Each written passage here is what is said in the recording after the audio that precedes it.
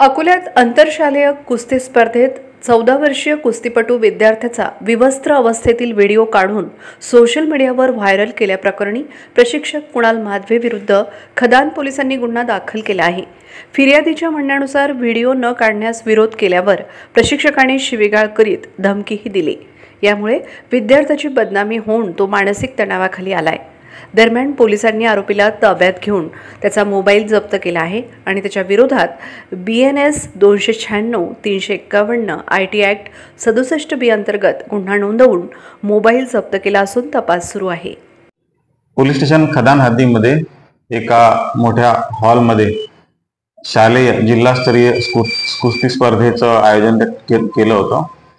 त्या ठिकाणी एक विद्यार्थी 14 वर्षाचा हा त्याचं वजनाचा ट्रायल देत होता।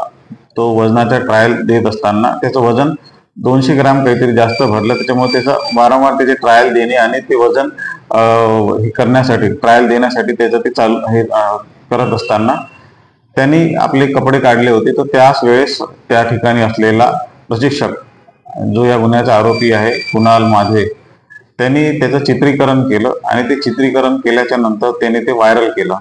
आम्हाला अशी तक्रार प्राप्त झाल्याच्या नंतर त्या मुलाच्या वडिलांच्या तक्रारीवरून आम्ही गुन्हा दाखल केलेला आहे, ज्यामध्ये IT ॲक्टचे सेक्शन सुद्धा आम्ही लावलेले आहे। आम्ही तात्काळ त्या आरोपीला ताब्यात घेतलं, त्याच्याकडून तो जो मोबाईल आहे तो सुद्धा आम्ही जप्त केलेला आहे आणि आमची पुढील कारवाई सुरू आहे।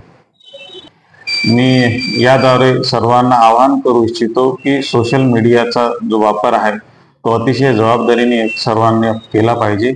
सोशल मीडियावर कुठलंही एखादं विवादात व्हिडिओ किंवा फोटो व्हायरल झाल्याच्या नंतर त्यानंतर त्याच्यावरची गुन्हे दाखल होणे आणि अनेक त्यानंतर अडचणी होऊ शकतात। त्यामुळे प्रत्येकाने सोशल मीडियाचा जबाबदारीने वापर करावा असे मी आपल्या सर्वांना आवाहन करतो।